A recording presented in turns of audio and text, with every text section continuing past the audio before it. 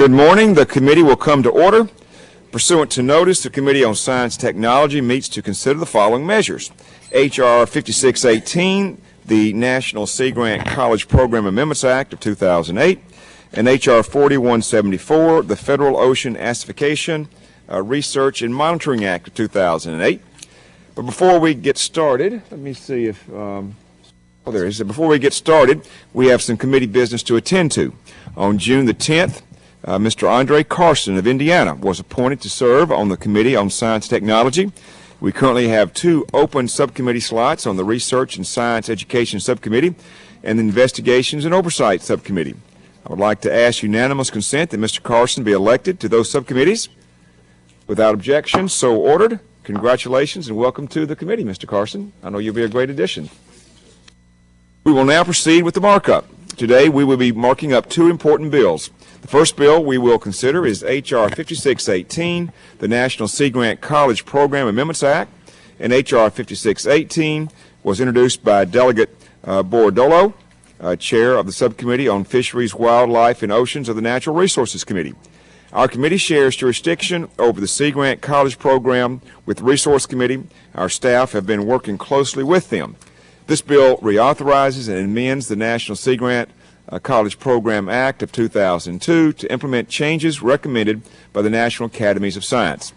The bill increases the interaction between the National Sea Grant Office and the individual programs, improves the pragmatic performance reviews, and strengthens strategic planning for the program.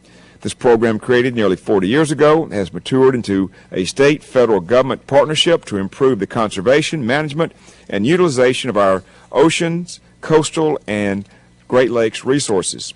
The research, education, and extension programs of sea grants have been very effective in training future scientists and resource managers, providing education to the general public, generating information to support sound resource management, and delivering applied research results to the people who rely on our coastal areas and the Great Lakes for their livelihoods. Next, we will take up H.R. 4174, the Federal Ocean Acidification Research and Monitoring Act, which was introduced by our colleague from Maine, Congressman Tom Allen, and co-sponsored by Dr. Baird and Dr. Ellers.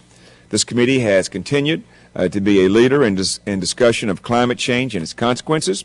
Ocean acidification is yet another phenomenon caused by the increase in atmospheric carbon dioxide, and it poses a significant threat to marine organisms and marine ecosystems. Earlier this month, the Energy and Environmental Subcommittee heard from a distinguished panel of ocean and atmospheric scientists who testified in strong support of this legislation.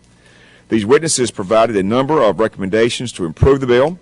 The staff exemplified bipartisan cooperation by working together to craft an amendment to the bill in the last week's subcommittee markup to incorporate the recommendations of the witnesses. The bipartisan effort continued and is reflected in a final agreement that will be offered today. And I strongly support each of these bills and look forward to working with my colleagues on the committee to advance this important legislation. I now recognize Mr. Hall to present his opening remarks. Thank you, Mr. Chairman. I'm pleased that the committee is marking up these bills. Each of them addresses issues that are certainly of national importance. Mr. Chairman, the committee's work on the National Sea Grant College Program amendments continues the tradition of ensuring the continuation of programs that produce sound science. H.R. 5618 reauthorizes a program that brings local, state, and federal resources together to do research on issues that are of great import today. This bill also encourages regional collaboration on research projects, recognizing the problems do not stop at the state border. Additionally, H.R. 4174 organizes the federal government's approach to research and monitoring of ocean acidification. Oceans are valuable resources, essential to our collective well-being. Although the government's conducting some research and monitoring of oceans acidification, it's still done in a very ad hoc manner, most of the time as part of another project. Due to the potential impacts of this action of the ocean, this phenomenon requires a very comprehensive federal plan that will produce a sound science upon which we can make informed decisions on how to mitigate and how to adopt to it. Mr. Chairman, I'd like to thank you and your staff for working with us on these bills today. I yield back the balance of my time, sir. Without objection, members may place statements in the record at this point. We will now consider H.R. 5618, the National Sea Grant College Program Amendments Act of 2008. I've already mentioned the purpose of the bill, and I would just like to state again my support for the Sea Grant Program and for the good bipartisan bill. I now recognize Mr. Hall to present any remarks on the bill. Mr. Chairman, again, I thank you. The National Sea Grant College Program was established in 1966, and it was a program modeled after the Land Grant College Program. The intent of the Sea Grant Program was to focus studies on oceanic work and reap the benefits that the Land Grant Program got from teaching generations of Americans about agriculture, economics, and military tactics. The Sea Grant Network has grown to include more than 30 programs based at top universities in every coastal and Great Lakes state, Puerto Rico, and Guam. The program focuses its investments on high-priority research. These pressing issues include population growth and development of coastal communities, preparation and response to hurricanes and coastal storms, and fisheries management, to name a few. Sea Grant is one of the few programs that are able to make an impact at the local and state levels and still be a national force for change. H.R. 5318 continues this great tradition of utilizing our nation's universities to train the next generation of ocean researchers, while at the same time providing invaluable benefits to coastal communities and other stakeholders. I believe the National Sea Grant College Program Amendments Act of 2008 creates a strong foundation upon which future challenges can be addressed and overcome. Now, thank you, and I yield back. Does anyone else wish to be recognized?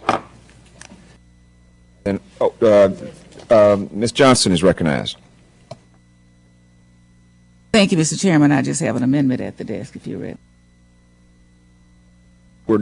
We're not quite ready there, but so if no one else wants to be address the body of the bill, then I ask unanimous consent that the resolution is considered as read and open to amendments at any point, and that members proceed with amendments in the order of the roster.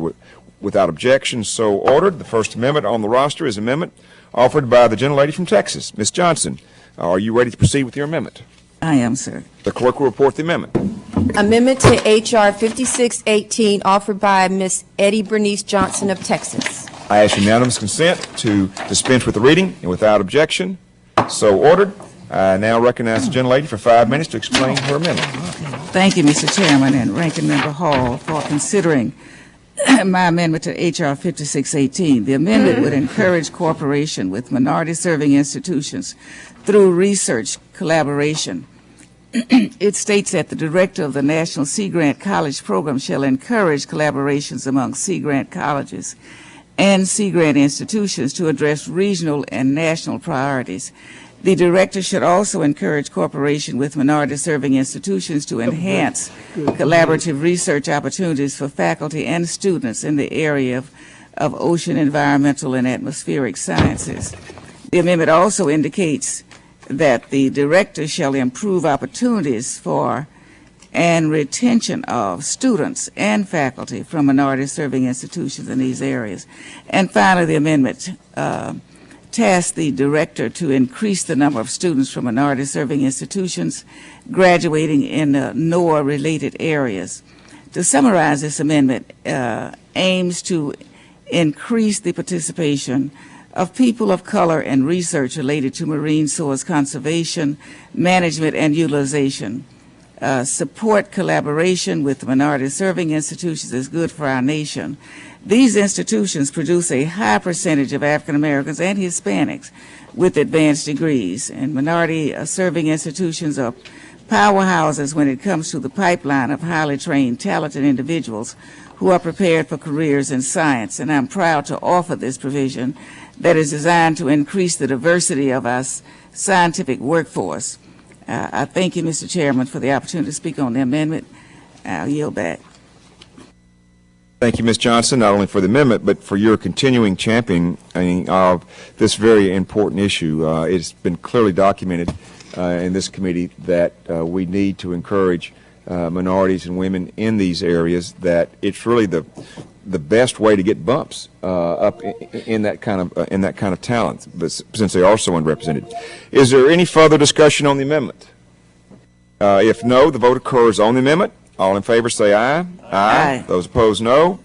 The ayes have it. The amendment is agreed to. The second amendment on the roster is the amendment offered by the gentleman from Missouri, Mr. Aiken. Are you ready to proceed? Yes, thank you, Mr. Chairman. I have an amendment. It's at the desk. I guess it's Amendment 2. The clerk will report the amendment. Mr. Chairman, I have amendment number 004 offered by Mr. Aiken of Missouri. Let's see, Mr. Aiken, do you think we're in sync on that one? Excuse me, I was distracted here. Could you repeat the question? Amendment 004, amendment to H.R. 5618 offered by Mr. Aiken of Missouri. So it's 004 is amendment number? Council seems to think that's correct, so why don't we proceed?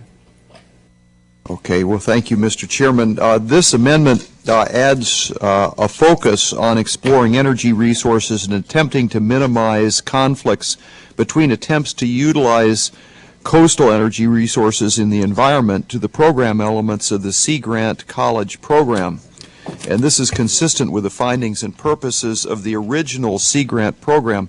The findings are actually listed, and this is a quote: "The vitality of our nation and the quality of life of its citizens depend increasingly on the understanding, assessment, development, utilization, and conservation of ocean, coastal, and Great Lakes resources. These resources supply food, energy, and the minerals, and contribute to human health, the quality of the environment, national security, and the enhancement of commerce." Now, what I was interested to do with this amendment, Mr. Chairman, was to build on what had been done in a successful projects, for instance, one that was called the Digital Ocean. In this project, Sea Grant funded and produced detailed maps of the Gulf of Mexico that gave oil and gas producers highly detailed information on where to lay pipelines and locate platforms. This information allowed oil and gas production to take place in a manner that promoted the sustainability of our marine ecosystem. It seems to me that whether we like it or not, we are a little bit in a vice here between a demand for oil and gas resources and our desire in this committee to make sure that those things are developed in a way that do the absolute most to protect the environment and to be in balance with everything else that are priorities that this bill lays out.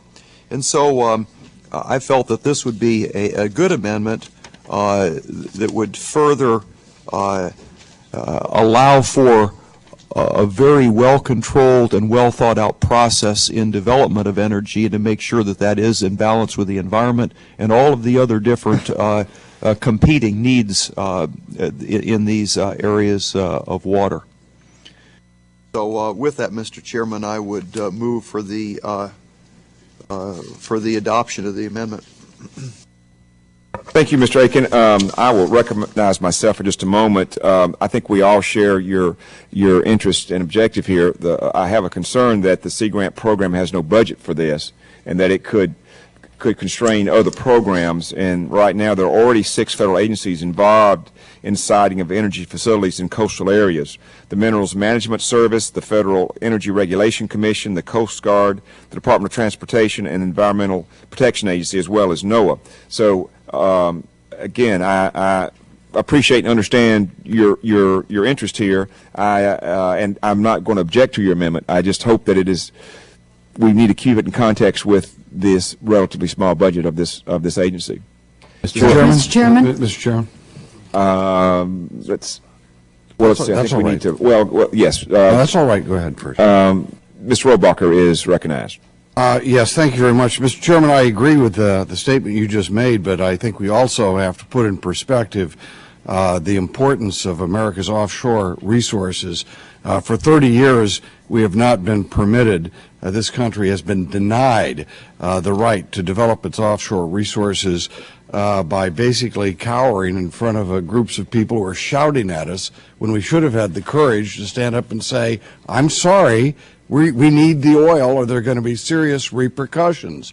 And right now, our people are living with those serious repercussions of a lack of courage on the part of the U.S. Congress to tell these folks who are screaming at us, no, we will need the energy, and it will have a dramatic impact on our life if we do nothing.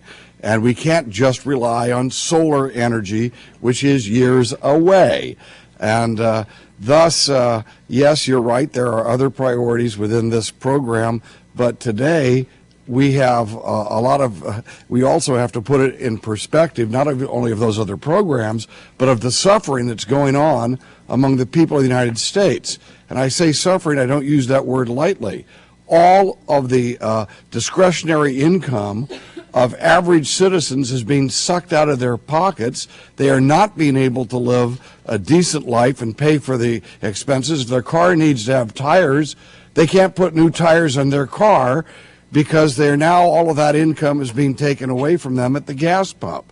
And what's happening at the gas pump was totally predictable by not prioritizing the development of our offshore resources, as well as other type of areas where we could have, for example, whether it's nuclear energy, where we didn't have one nuclear plant built in the last 30 years. We haven't had any new oil refineries in the last 30 years. So this is just the type of, we need to keep that in context as well when we're thinking about good amendments like Mr. Aiken has suggested to us today. So thank you very much. I would heartily support this amendment. And I would hope that you would explain to Governor Schwarzenegger, who some may be cowering before him. If you would allow me to answer the question, I am one of the only two surfers in Congress. I have scuba dived off of the offshore oil rigs. I'm just kidding and, with you. And Arnold knows that very well. I was Arnold's first supporter in California, just for the record.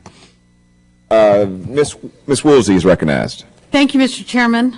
Mr. Chairman, as a member who has a Sea Grant institution in her district, the University of California, Davis, Bodega Bay Marine Laboratories, I strenuously object to the Aiken Amendment. In fact, yes, I am screaming, because the Sea Grant program is about empowering institutions to study and protect our oceans. It's not about pandering to the oil and gas industry, and that, I believe, is what this amendment would do.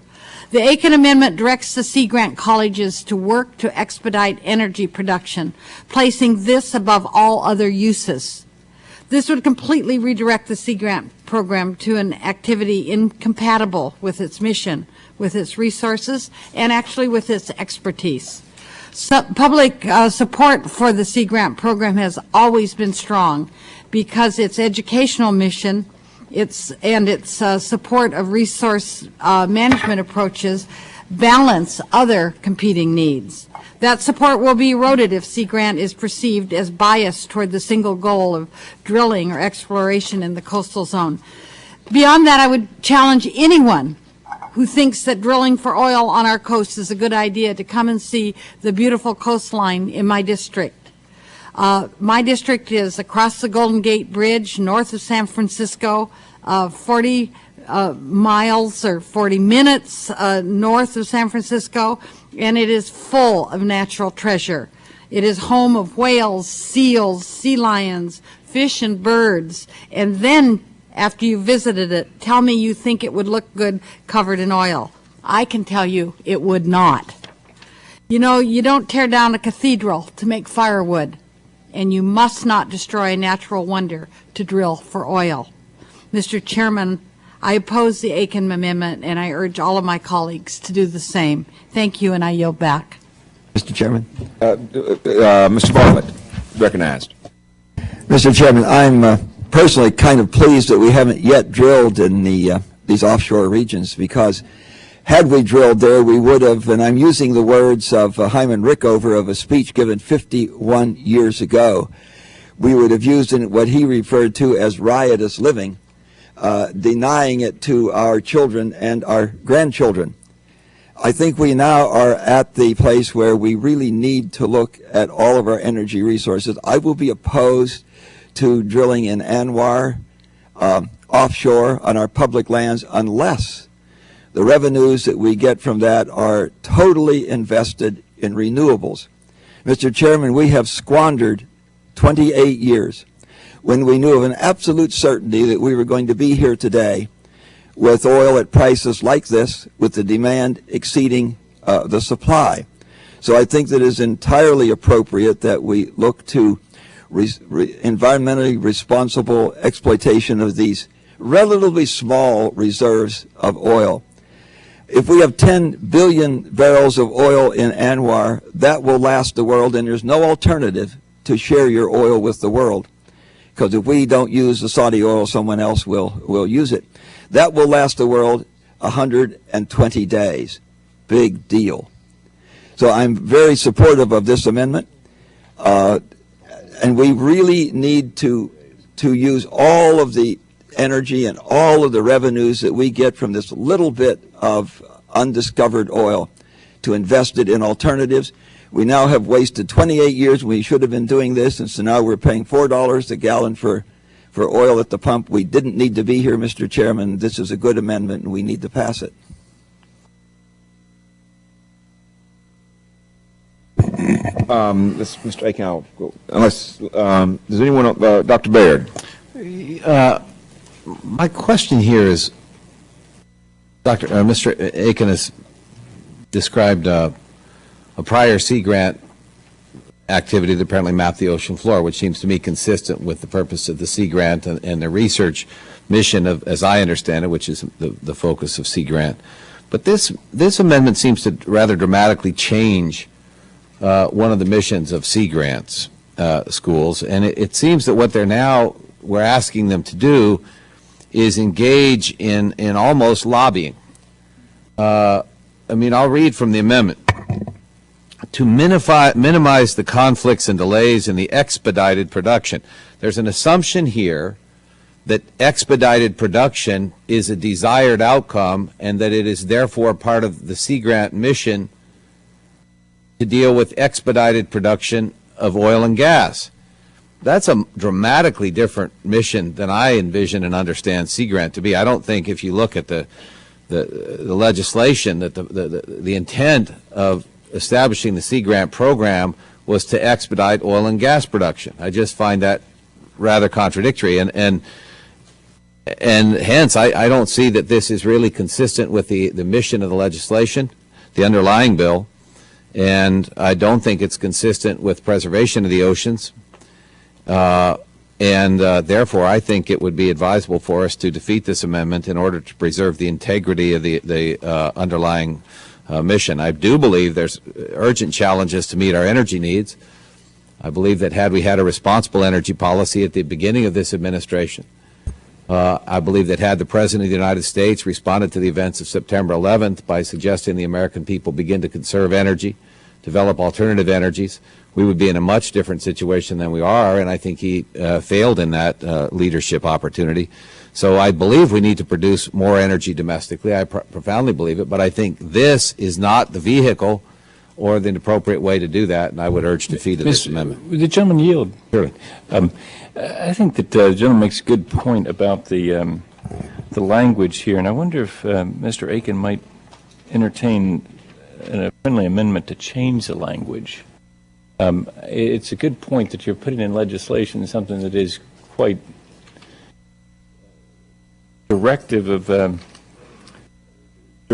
an unspecific kind of way. So I don't know if you might consider changing some of those words. Otherwise, I'd have to agree with the gentleman from Washington. Would the gentleman yield? Yeah, surely. Let me just, I happen to have... Just for protocol, I guess it's the gentleman. Yeah, I'm happy to yield to Mr. Aiken. That's what I was asking. Yeah.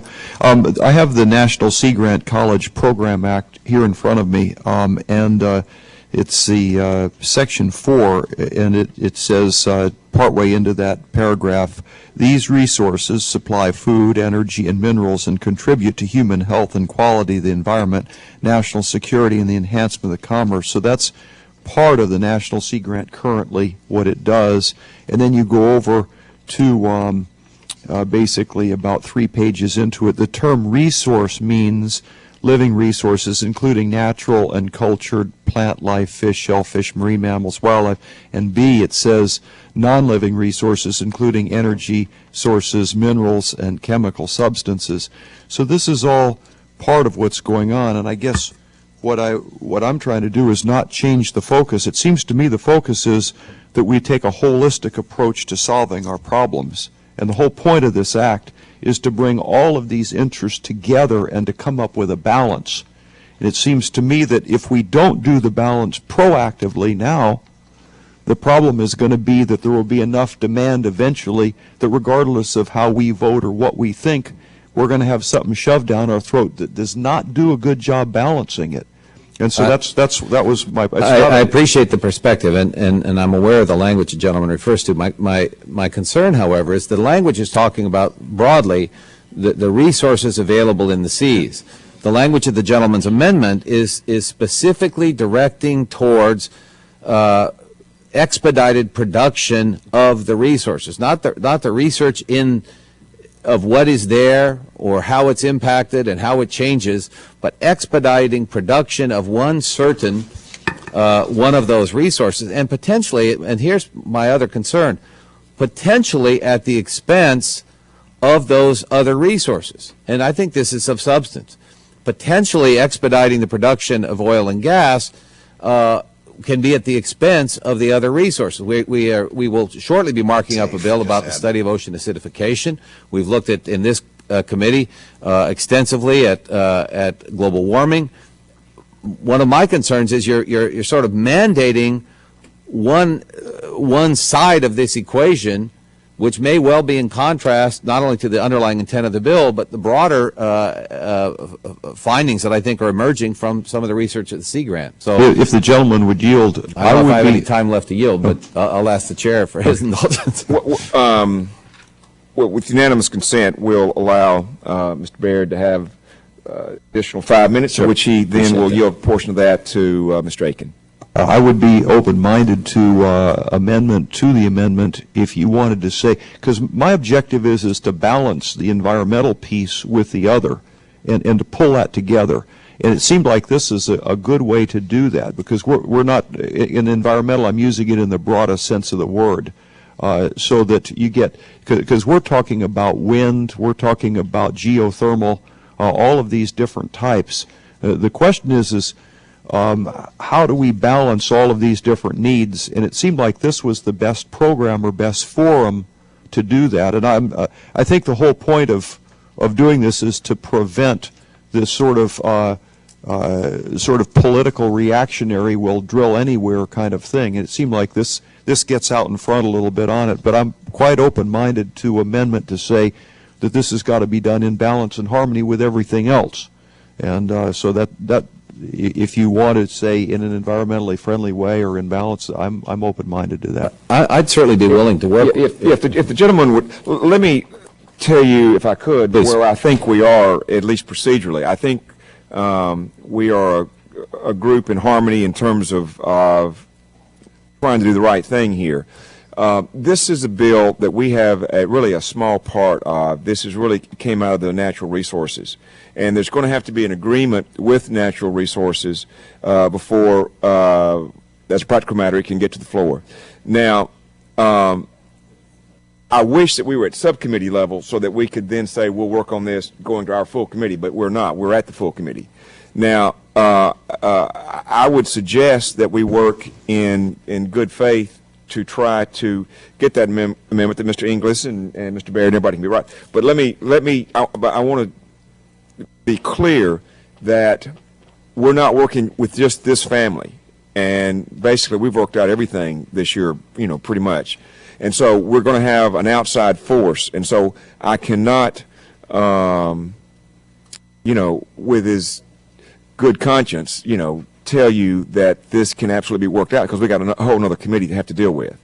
But if you would like to take that approach, we can move forward, or you can, I'll let you Mr. Aiken, I'll let you decide how you'd like to. Well, Mr. Chairman, let me just ask something. My understanding was that this amendment, that we would have complete jurisdiction in this area. I heard from a parliamentarian. Is that information correct or not correct? But they can stop the energy, but yes, but the Resource Committee can stop the bill from going to the floor. So they've got veto power, is what you're saying? In essence, essentially. yes. Well, Mr. Chairman, let me just ask procedural if we could do this. I would prefer if we I could offer the amendment, and then if they want to veto it based on that, then I'd be happy to work with them and let them modify it to where they're comfortable with it. Is that procedurally, can we do that? I think, yes, I mean, we can certainly move forward. I mean, that's one more way to go about it. As I say, one thing they could do, Mr. Chairman, guarantees to you because it's. I know there's no guarantees. I'm not asking for a guarantee. Yeah. One thing we could do is there's a word here as we look at it. It says expedited. If that would make people a little more comfortable, I'm open-minded to take the word expedited out if that softens the language somewhat, if people want to look at that. Otherwise, I'd just soon go ahead and offer this amendment, we'll vote on it, and just see how it goes. Mr. Bilbrey, did you have... Yes, Mr. Chairman. Mr. Chairman, again, this committee has been very bipartisan in our approach, but I think that the amendment's intention is to be proactive at something that we all know is coming down the pipeline. I would rather us have a proactive position that this needs, the environmental impacts of energy development, be renewable, whatever we go, needs to be a comprehensive approach proactively rather than reacting to proposals or pressures. So I just think from both sides of the aisle, this is somewhere if you take, you can soften the words around, but it's something we should take the leadership on, that science should be leading the way to addressing the issues of offshore energy capabilities, be whatever the source, and this is the vehicle you want to use. You want to use the Sea Grant, not have to tag something on a interior bill or an energy bill off the side as having the environmental approach being a add-on rather than the leading factor in the consideration. So I just ask both sides of the aisle to at least try to accommodate this, because I think that's what we're here for, is to lead through science. And this is an issue we're not going to get away from, not going to avoid, so we might as well move forward with it together. The gentleman yield. I think Mr. Baird's time is over with, so let's get back to regular order. Who would seek? Mr. Bilbrey had to. Who would seek to? Okay, Mr. Rohrbacher. Well, let me just note that again, I'm a scuba diver, and Brian and I are the only surfers in Congress, and we are not deadly afraid of offshore oil wells, because we realize the oil, the oil disasters we've had in the last 20 years can almost all be traced back to tankers. And to the degree that we do not develop our offshore oil resources is to the degree that we depend more on tankers, which are much more dangerous to the ocean environment than an offshore oil rig. Also, they're dangerous to our economy, and they're also dangerous to our national security, because those oil tankers are transferring, oil to us, but cash to people overseas who hate our way of life. What this amendment does, and the vehicle that we're talking about placing this amendment in, this is precisely where you want to have something dealing with offshore oil drilling, because this is aimed at trying to make it even safer than it is. If someone's saying, oh, we should oppose this because offshore oil drilling isn't safe, which I take exception with, that's no reason not to, for us to actually pass this amendment, because this would make it safer. We're actually asking people and our institutions to get involved with developing ways of, yes, expediting it, but expediting these things in a way that can be used, these resources can be used in an environmentally safe way. Would the gentleman yield? Yes, I certainly would. I appreciate the gentleman's last statements. My problem is I don't see language in the amendment that refers to anything that he just spoke about. I don't see any language in the amendment, and I may have missed something. But that's what this bill is all about. No, I understand what the bill is about. I understand what the Sea Grant program is about. Right. What I don't understand is where in this amendment we see any language speaking about safety of extraction or reducing environmental impacts of the extraction.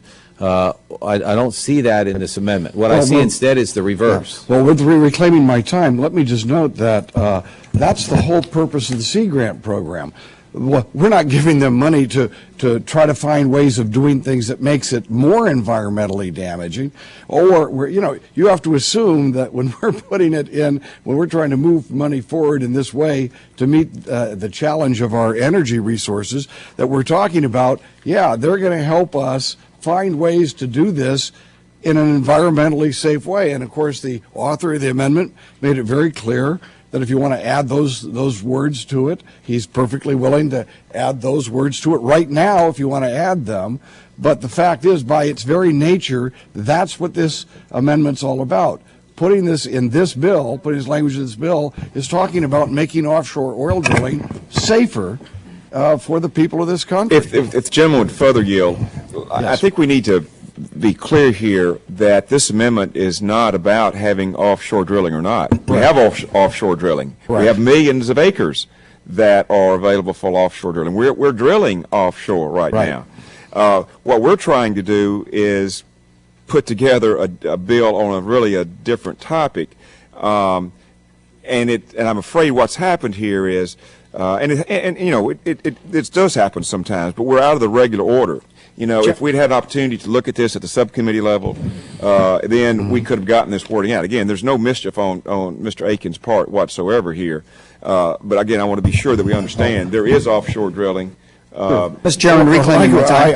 I still have the time, and I'll just reclaim my time for one moment. Let me just say, this has been 30 years of this type of, we can't agree, and then let's find the exact wording or this, or one reason or another of why we haven't been developing our energy resources. We haven't had one new nuclear plant. We haven't had any new offshore oil. Even as the tankers are breaking up off our coastline and putting oil onto our beaches, realizing that if we don't do our offshore wells, we're going to have to rely on those tankers. We still haven't developed our offshore oil. Mr. Chairman, reclaiming my time. No, actually, it's my time, Brian. Oh, yeah, Yes, but I would be happy to yield to my friend, my fellow surfer, Brian Bilbray. Mr. Chairman, let's get back to this is any type of, we may be talking about geothermal development, offshore wind. That's correct. We may be talking about all this. My biggest concern is that if we ignore this issue and are not proactive, I've witnessed what happens. Woodrow Wilson Bridge was exempted from environmental regulations because the obstructionism basically made Congress exempt in all environmental regs for Woodrow Wilson Bridge. The obstructionism that occurred on the California Coastal Commission over the border fence ended up creating a situation where the border fence was exempted. I'd rather be proactive, address these environmental issues, and this is the vehicle to talk about the big pictures, not just oil. We're talking wind. We're talking geothermal. We're talking about what is the challenges environmentally and economically. Where do we go here? But look at the picture. Now is the time to do it with science, not wait until the proposal and the crisis makes us try to find exemptions. Thank you very much, to do this type of Mr. research. Bilbray. And I would just then note that there are lots of science going into energy production via the tides and waves. Okay. And the fact Mr. is Chairman? that's part of this as well. The gentleman's time has expired. Mr. Chairman? The young lady from California is recognized. I'd just like to remind the author of the legislation that it says oil and gas exploration in the amendment. Doesn't say wind, doesn't say geothermal. Yes, it does. Oh, it does, but it does say oil and gas. Thank you. Okay, Dr. Bartlett is recognized. Mr. Chairman, would it be in order to ask unanimous consent for a text change that would remove the offending language and replace it with language that I think all of us can agree with? It's my understanding, majority council thinks we can. I will ask minority council if you have any,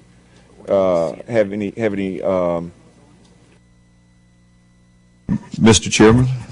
Do you have the language before you? Yes, sir, I do. Well, why don't you present it to us? With unanimous consent, you can do most anything, so why don't you? Thank you. If you have the text in front of you, this is number 5 in red at the bottom of the page. I would strike the language minimize the conflicts and delays and the expedited.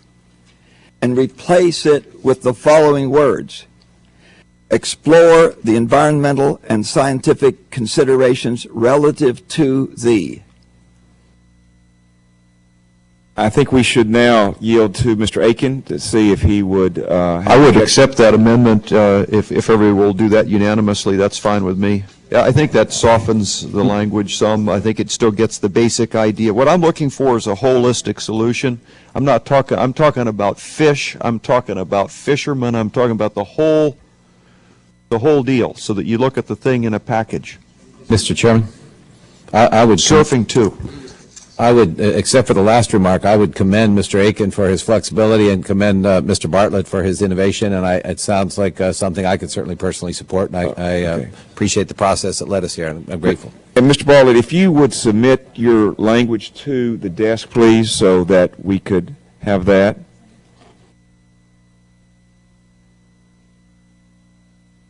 We are doing subcommittee work at the full committee, and with everybody's indulgence, we're trying to do it in the proper way. And so if anyone has any objection as we move forward, please let us know, because we're trying to. And now I think, okay. All right, we need to let the language get to the desk. And then my understanding is, Mr. Wu, you have some language also? Yes, Mr. Chairman. Okay. So do you have 2 copies by any chance? I can make another one right now. Well, why don't you,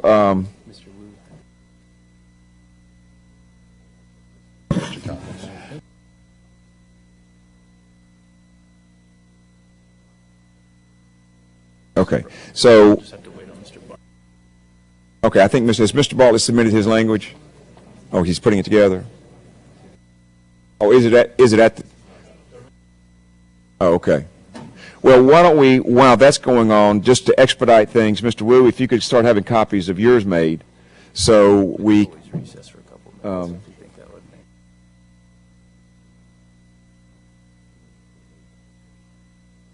Thank you for your indulgence. We could recess for a couple of minutes while this is being done, but I'm afraid it would be adios to to a lot of folks. So, yeah. So we'll just, while we're waiting, Mr. Bartlett, would you like to talk a little bit about peak oil while we're?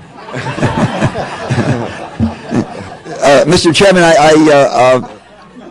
I savor every opportunity to educate the American public, but might I ask if it would be appropriate? Is this under unanimous consent, Mr. Chairman? No, that would be too hard. Would it be appropriate to ask unanimous consent that we could move on and dispense with Mr. Gingrich's next amendment and then come back to the Aiken amendment? No, I think we need to finish this, because these things may be overlapping, and if you don't mind. Let's see, so.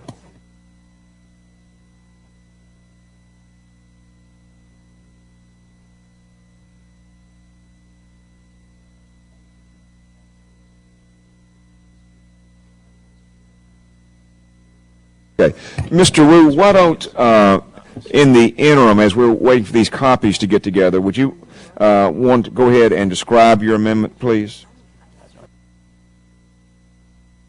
Thank you, Mr. Chairman.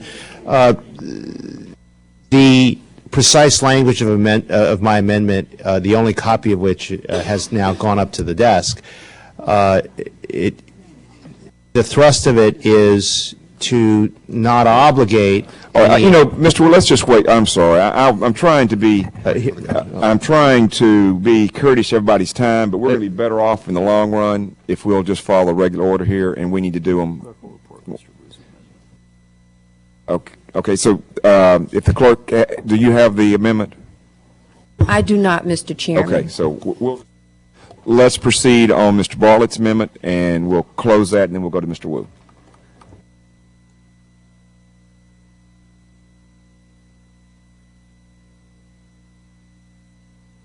Mr. Chairman, if we had unanimous consent, we could just adopt his amendment. I think we're going to be better off if minority and majority council agree that we're at the right place. In the long run, we're just going to be we're going to be better off. Again, there's no bad faith here, but I'd hate for a comma or a word to be left out and somebody think that there was mischief. Mr. Chairman, I would think that Mr. Boboy could describe the biggest wave that he ever caught off Southern California. That would be very entertaining for us while we waited. Well, let me just ask counsel, Jim Turner, where are we now? Does the desk have all the materials they need, all for Mr. Bartlett?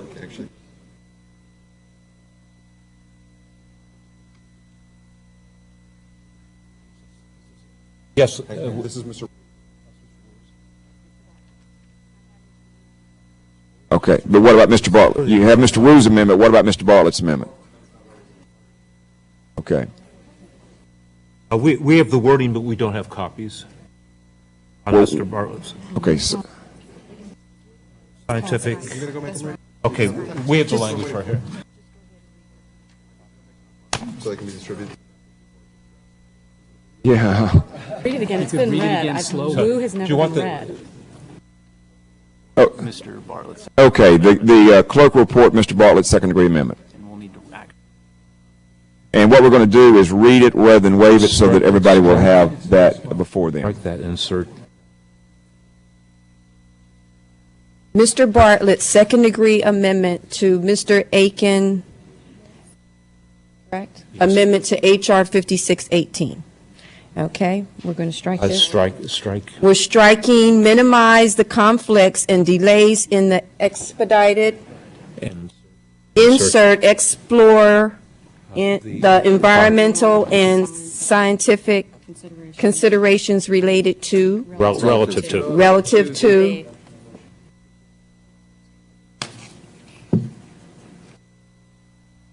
the.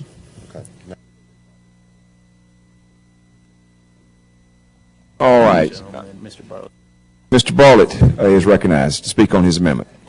Oh, I think the amendment is self-explanatory. I think that Mr. Baird is correct that Amendment to that this college should not be lobbying, and the intent of what Mr. Aiken wants to do, I think, is perfectly preserved with this word change, and I think that it removes the confusing and language which is offensive to some. I don't think anybody can argue that we ought to be looking at the scientific and environmental implications of potential wind and drilling and so forth.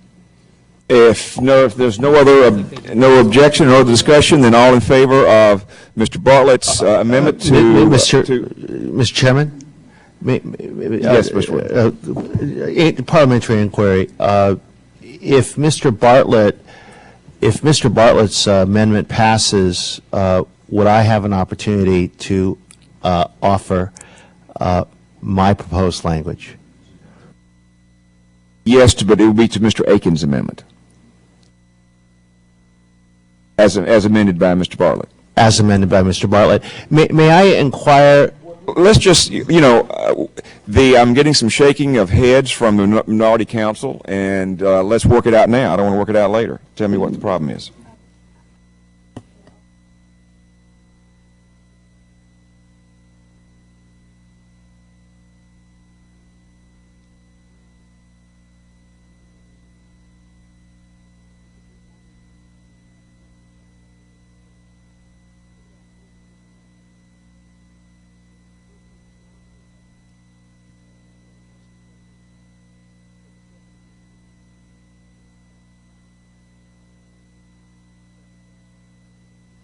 So I guess the answer, Mr. Wu, is it depends on your amendment, whether it could be blocked or depending on the substance of your amendment. Again, Mr. Chairman, if I may inquire as of Mr. Bartlett, the author of the secondary amendment, if I may make an inquiry of Mr. Bartlett at this point in time. of course, yeah, Mr. Bartlett, there is not that much difference between the language that you have proposed and that I have proposed at the desk. I think that the one concept that I think is important in this amendment process is the term that I have inserted in there, to provide scientifically sound data. Would you be amenable to working that scientifically sound data concept into your secondary amendment?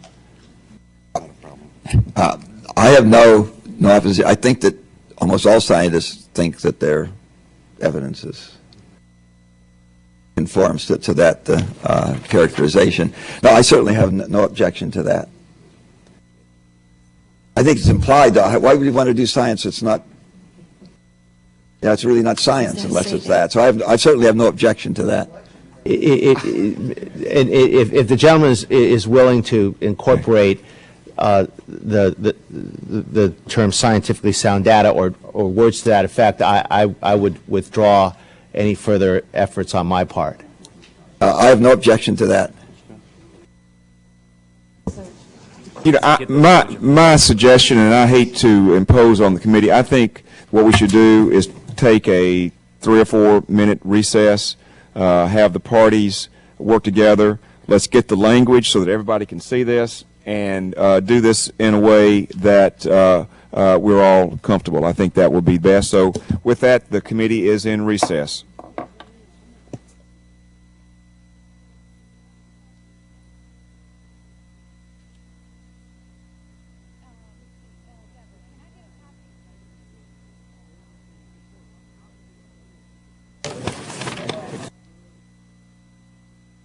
Committee is returned to,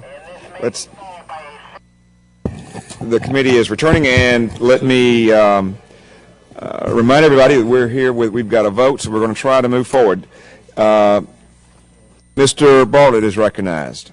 Mr. Chairman, I ask unanimous consent to withdraw my amendment and submit a second-degree amendment, which is an amalgamation of Mr. Wu's amendment and my amendment, to which I think everybody agrees. Without objection. The amendment, or the clerk will report the amendment. Mr. Chairman, I have a second-degree amendment offered by Mr. Bartlett of Maryland of H.R. 5618, offered by Mr. Aiken of Missouri. I ask unanimous consent to dispense with the reading. Without objection, so ordered. Oh, wait, okay, they have not been, I thought copies were made. Okay, if copies were not made, then please read the amendment.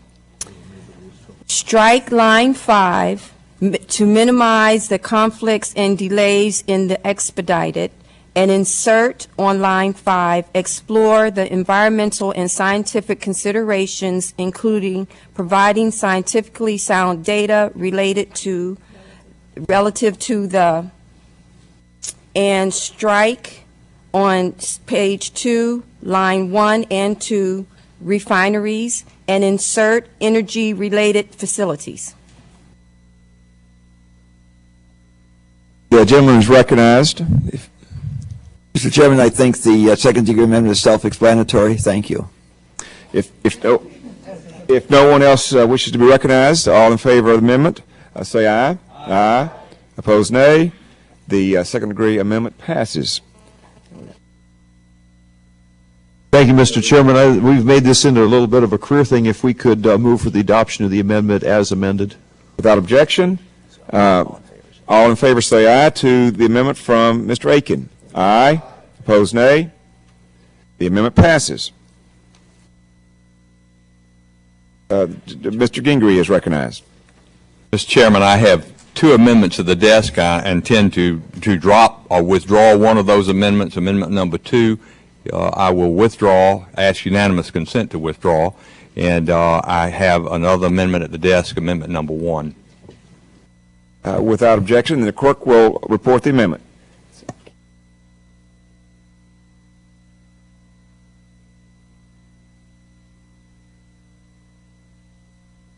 Amendment number 001, amendment to H.R. 5618, offered by Mr. Gingrey of Georgia.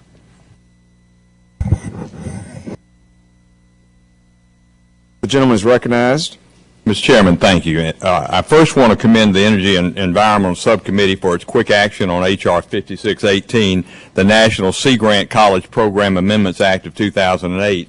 This bipartisan legislation expands the scope and purpose of the National Sea Grant College Program, and the amendment that I will be offering this morning will assist the Sea Grant program in its expansion through H.R. 5618. In the Declaration of Policy in the original Sea Grant program, the law originally adopted back in 1966, as Mr. Aiken noted, it notes that the vitality of our country is dependent on the understanding, development, and utilization of ocean and coastal resources, because these resources supply energy and contribute to a number of important goals for our country, including national security and commerce. Unfortunately, Mr. Chairman, the 89th Congress in 1966 seemed to be light years ahead of the 110th in 2008, because it was open to the potential of exploring and understanding what offshore domestic energy resources had to offer. With the improved technologies available for energy exploration on the outer continental shelf, it's time that this program once again lives up to its initial promise from over 40 years ago. And so that's why I'm offering this common sense amendment. This amendment would add an additional duty for the director of the Sea Grant program to move the curriculum of the program towards more energy resource exploration, including production of energy from petroleum, natural gas, geothermal, wind, and ocean thermal resources. At a time when families are paying $4.07 for a gallon of regular gasoline, it's certainly overdue that we put in place the processes to explore American offshore resources. So, Mr. Chairman, the American people agree, and a recent poll, Rasmussen poll, showed that 67% of Americans support exploration for oil off of our nation's coast, and yet 85% of the lower 48 states' outer continental shelf, OCS, energy resources remained under the lock and key of the federal government, that is, off limits to drilling. This amendment would bring together some of the nation's top academic institutions through the Sea Grant program to find ways to better utilize our offshore resources for energy production in an environmentally sensitive manner. Their contribution will ultimately provide relief for working American families from the rising gas prices that they face each day by introducing more American supply into the marketplace. Mr. Chairman, a real solution is long overdue. Now is the time for our laws to reflect real-world challenges where we need reasonably priced fuel to not only maintain our quality of life, but also preserve American economic growth and prosperity. And I believe that this amendment helps put us on that path. With that, Mr. Chairman, I want to just urge all of my colleagues to support this common sense amendment. And again, in essence, it just allows the director of the Sea Grant program to include in the curriculum, not put it over and above any other part of the curriculum, but would the gentleman yield? I'll be glad to yield to the chairman. We need to, I think, move forward if we're going to take care of this. And I yield back. Thank you. Thank you, Dr. Gingrey. Let me just, I want to try to quickly say, when I became chairman of the committee, I sincerely said that I want to be able to operate in a way that the minority is treated better than we were treated in the minority, and to operate in a way that when inevitably Democrats become in the minority again, that we would think that's fair. But that's a two-way street. Now, this amendment was brought in 2 or 3 minutes before this markup started. We haven't had a chance to look at it. It, by and large, is about the same thing that Mr. Aiken put forth and was worked out with Mr. Bartlett. So, I mean, you just can't run a committee this way. And, we want to try to be fair. We've tried to do this before, but it's just not right bringing in amendments, again, literally 2 minutes before this thing started. So I'm just going to have to, as has been the custom of this committee for many chairmen back, when amendments aren't submitted 24 hours in advance, they are rejected. Now, I don't think we've done that yet because again, we want to try to work through things, but this is just not the way you need to proceed. So I'm going to oppose this amendment. And is there anyone else that would like to speak? Mr. Bartlett. Mr. Chairman, I am sympathetic with the goals of the amendment, but I think it suffers from some of the same problems that the other amendment suffered from. And we have two choices here. One is to do as you implied, and that is to have a vote on it, and you will certainly win. The other is simply to break for the vote and to try to work out language that will not be offensive to either side, and come back after the vote and consider the amendment. You know, that's, as usual, Dr. Bartlett, you are reasonable and fair, but I think this is so almost duplicate of the amendment we just went forth. I think that there's not going to be much that can be added in that regard. So I think that if no objection, I'd like to just call a vote, and we'll try to get back to regular order. All in favor of Mr. Gingry's amendment, say aye. Aye. Opposed, nay. Nay. The nays seem to have it. Mr. Chairman, on that, I'd like a recorded vote. Thank you. Let me see what our time on the floor is. Okay, the clerk will promptly call the roll. Chairman Gordon. No. Chairman Gordon votes no. Mr. Costello. Ms. Johnson.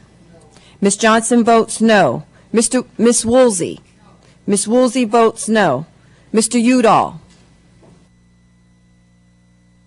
Mr. Wu. Mr. Wu votes no. Mr. Baird. Mr. Baird votes no. Mr. Miller. Mr. Lipinski. Mr. Lipinski votes no. Mr. Lampson. Ms. Giffords. Ms. Giffords votes aye. Mr. McNerney. Mr. McNerney votes no. Ms. Richardson. Ms. Richardson votes no. Mr. Kenjorski. Mr. Rothman. Mr. Matheson. Mr. Ross. Mr. Chandler. Mr. Chandler votes no. Mr. Carnahan. Mr. Carnahan votes no. Mr. Melanson. Mr. Hill. Mr. Hill votes no. Mr. Mitchell. Mr. Mitchell votes aye. Mr. Wilson. Mr. Wilson votes no. Mr. Carson. Mr. Carson votes no. Mr. Hall. Mr. Hall votes aye. Mr. Sensenbrenner.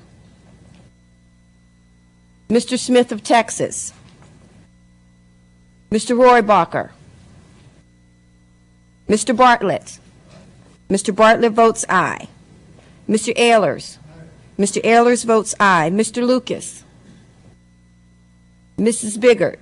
Mrs. Biggert votes aye. Mr. Aiken. Mr. Aiken votes aye. Mr. Feeney. Mr. Nagelbauer. Mr. Inglis. Mr. Reichert. Mr. Reichert votes no. Mr. McCall. Mr. McCall votes aye. Mr. Diaz-Balart. Mr. Gingrey. Mr. Gingrey votes aye. Mr. Bilbray. Mr. Smith of Nebraska. Mr. Smith votes aye. Is there anyone whose vote what? Oh, excuse me, I'm sorry. Mr. Brown. Is there anyone whose vote was not counted? Mr. Costello. Mr. Costello votes no. Is there anyone else? If the clerk will report.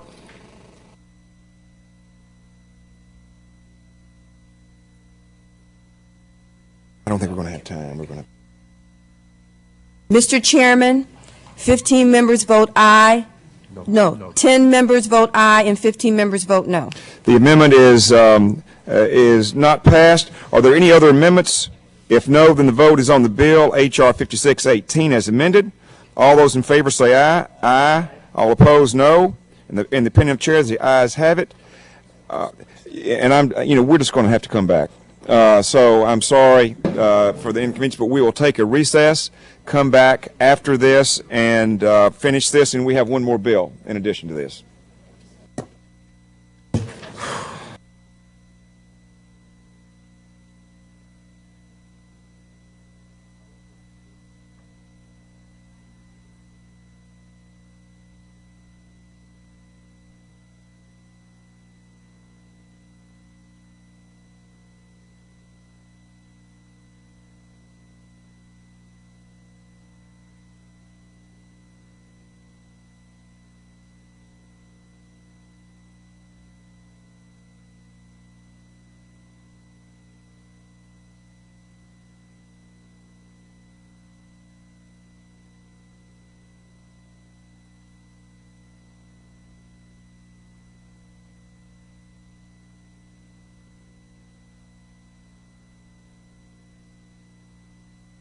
All right, the committee will reconvene, and I will recognize Dr.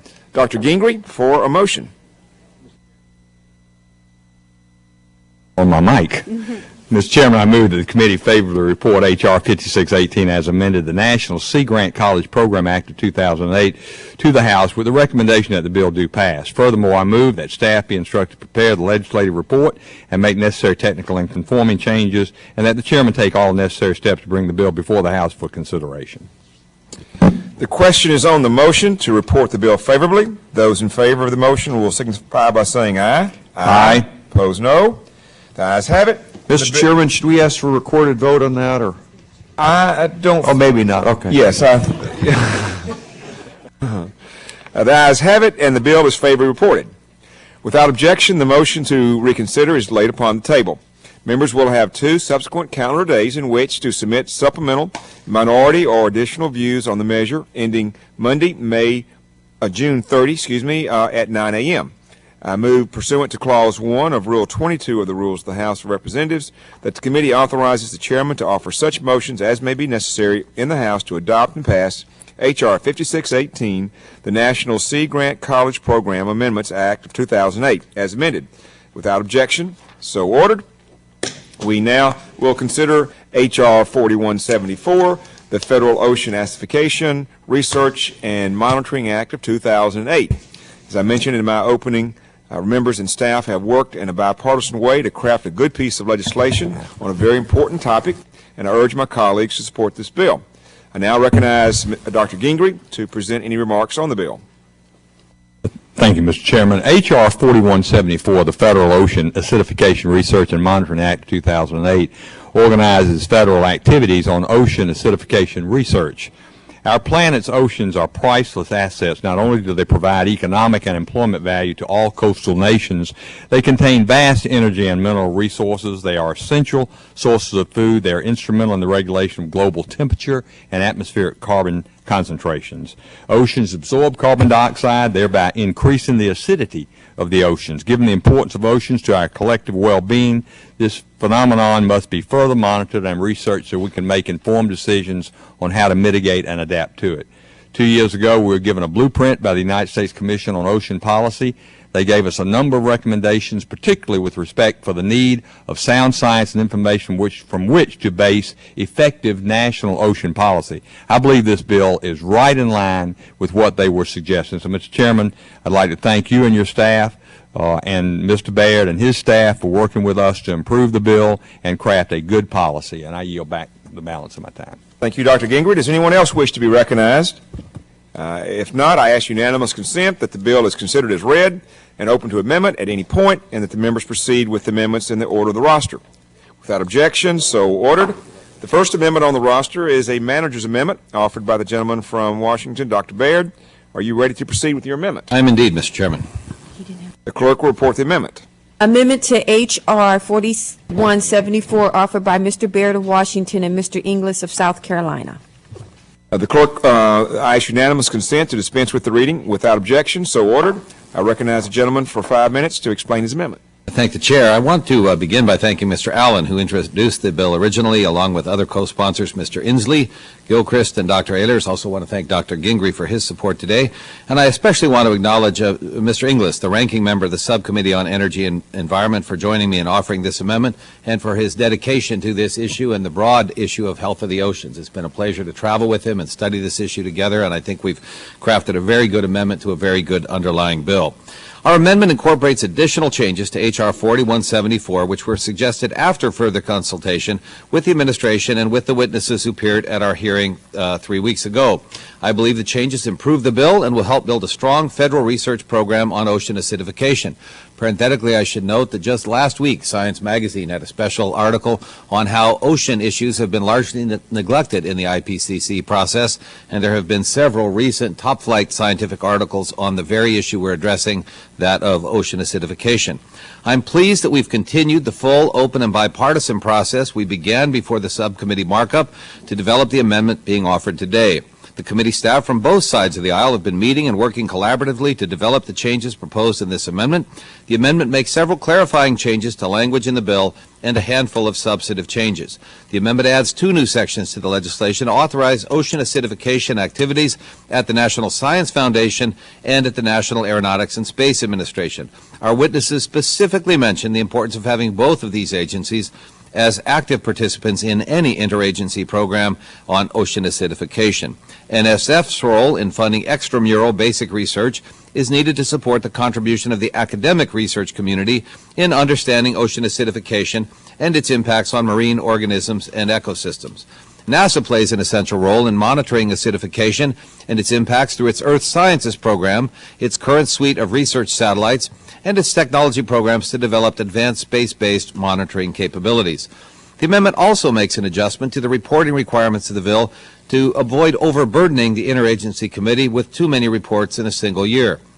We've increased the time for providing the Strategic Research and Monitoring Plan by 1 year to allow the interagency committee time to incorporate recommendations from the National Academy of Sciences review of the plan.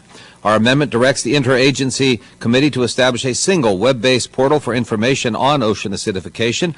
This will provide a single location for organizing the information generated through this program and will ensure it is made available to the outside community. The bill authorizes funds for NOAA and NSF over a 4-year period.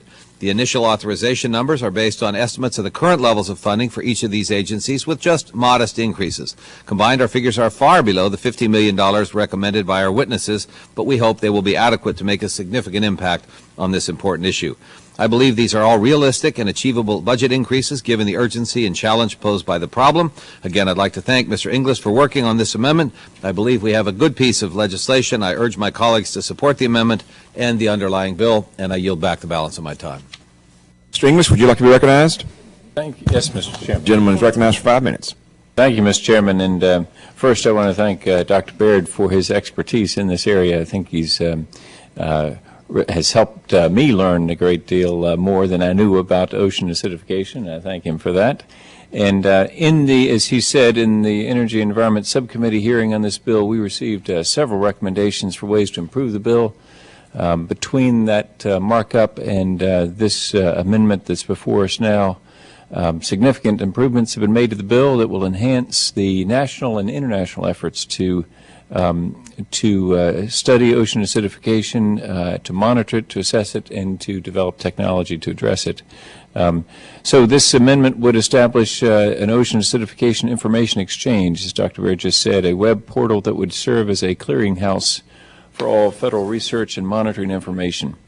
The amendment directs the Joint Subcommittee on Ocean Science and Technology, JSOS, to produce an initial report to the appropriate House and Senate committees on ocean acidification activities. This report will provide Congress with information during the time period that the Strategic Research Plan is being adopted.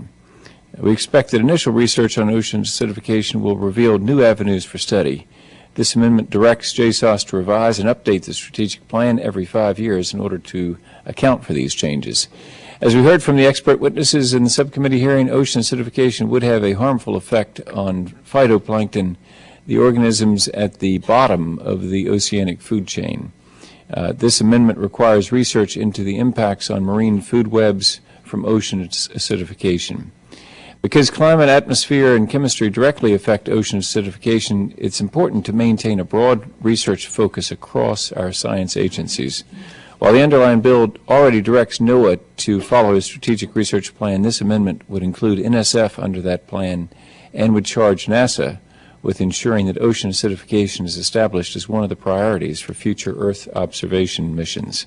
Finally, because NSF is being brought under the guidance of the research plan, this amendment authorizes an additional $41 million to fund research activities at that agency. If our goal is to understand the global and national effects and implications of ocean acidification, it's vital that our scientists have an adequate amount of funding to ensure quality research in this area. Thank you, Mr. Chairman, and I thank again Dr. Baird for his work on this legislation. I support the amendment and urge its passage. Mr. Inglis, and let me say, it really is nice to see the really synergy of the work of you together. I think that, there's a mutual respect, there is interest and understanding of your issues, and it just, it really does make for good legislation, and it's fun to watch. Mr. Chair, if I may interject on that. In part, I will say that's because we have had some outstanding opportunities to travel together to places where the world's leading experts on this issue have educated us. And that opportunity to spend time together, one another as members with top flight sciences is absolutely invaluable and figured heavily in our work on this very legislation. We're grateful for your support of that as well. Oh, certainly. Okay, if there's no further discussion on the amendment, then the vote occurs on the amendment. All in favor say aye. Aye. Opposed, no. The ayes have it, and the amendment is agreed to. Are there other amendments? If no, then the vote is on the bill. H.R. 4174 as amended. All those in favor say aye. Aye. All those opposed, no. In the opinion of the chairs, the ayes have it. I recognize Mr. Baird for a motion. Mr. Chairman, I would move that the committee favorably report H.R. 4174 as amended to the House with the recommendation that the bill do pass. Furthermore, I move that staff be instructed to prepare the legislative report and make necessary technical and conforming changes, and that the chairman take all necessary steps to bring the bill before the House for consideration. Questions on the motion to report the bill favorably? Those in favor of the motion will signify by saying aye. Aye. Opposed, no. The ayes have it, and the bill is favorably reported. Without objection, the motion to reconsider is laid upon the table. Members will have 2 subsequent calendar days in which to submit supplemental, minority, or additional views on the measure, ending Monday, June the 30th at 9 a.m. I move pursuant to Clause 1 of Rule 22 of the Rules of the House of Representatives that the committee authorize the chairman to offer such motions as may be necessary in the House to adopt and pass H.R. 4174, the Federal Ocean Acidification, thank you. I'd like to at least do it once right today. Research and Monitoring Act for 2008 as amended. Without objection, so ordered. I want to thank members for their attendance, and we'll see you next Wednesday probably.